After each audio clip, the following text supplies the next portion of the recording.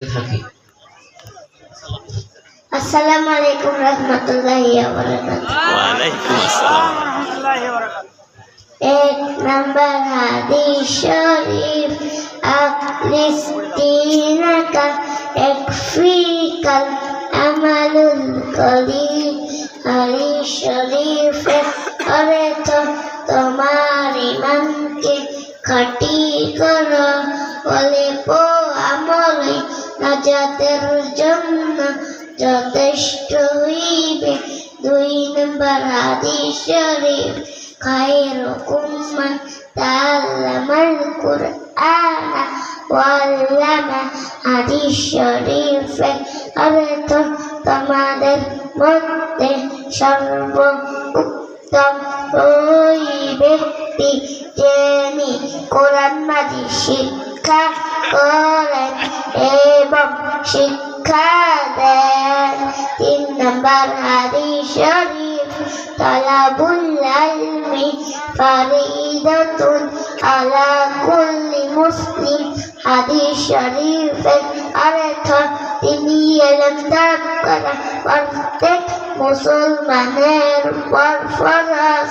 4 নম্বর হাদিস শরীফ আত্মুর সতের ঈমান হাদিস শরীফের অর্থ পবিত্রতা ঈমানের অঙ্গ। 5 নম্বর হাদিস শরীফ মিফতাহুল জান্নাতি সালাত হাদিস শরীফের অর্থ নামাজ বেহেশতের চাবি।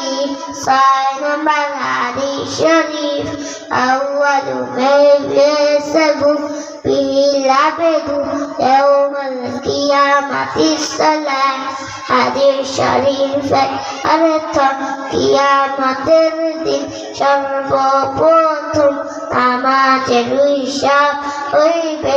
7 নম্বর হাদিস শরীফ ফাদলুল আলিমি আলাল আবিদি কাফদি আলা আদনাকুম হাদিস শরীফের অর্থ তোমাদের মধ্যে সর্বাপেক্ষা ছোট্ট ব্যক্তি হইতে আমার মর্তবা যত বড় পেলেন আবেদের চেয়ে একজন কাটি আলেমের মর্তবা তত বড়।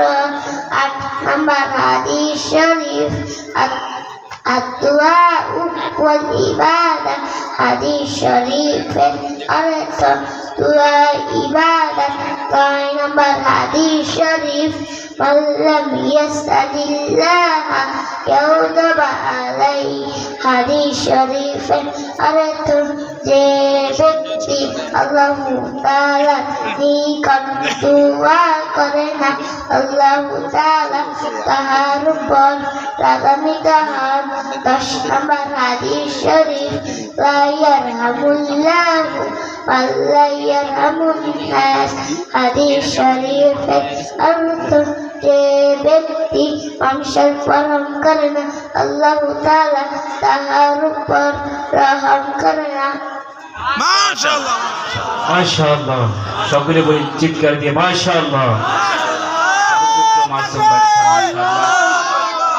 অল্প সময় আমাদেরকে 10টা হাদিস শুনিয়ে দিয়েছেন, অথচ এদের মধ্যে থাকতে আমরা মাদ্রাসাও যাইনি। এজন্য এই মাদ্রাসার ভিতরে কোরআন হাফিজ ঘন্টা 2 ঘন্টা 3 ঘন্টা দাঁড়িয়ে দাঁড়িয়ে এভাবে কোরআন শোনায়। একদিন হাফিজ কোরআন হয়ে যায় 7-8 বছরের বাচ্চা। এজন্য মহতারাম হাজরিন, আমাদের সন্তানগুলোকে এভাবে আমরা কোরআনের ভবনে পাঠিয়ে এভাবে আমরা সন্তানকে ধন্য করব।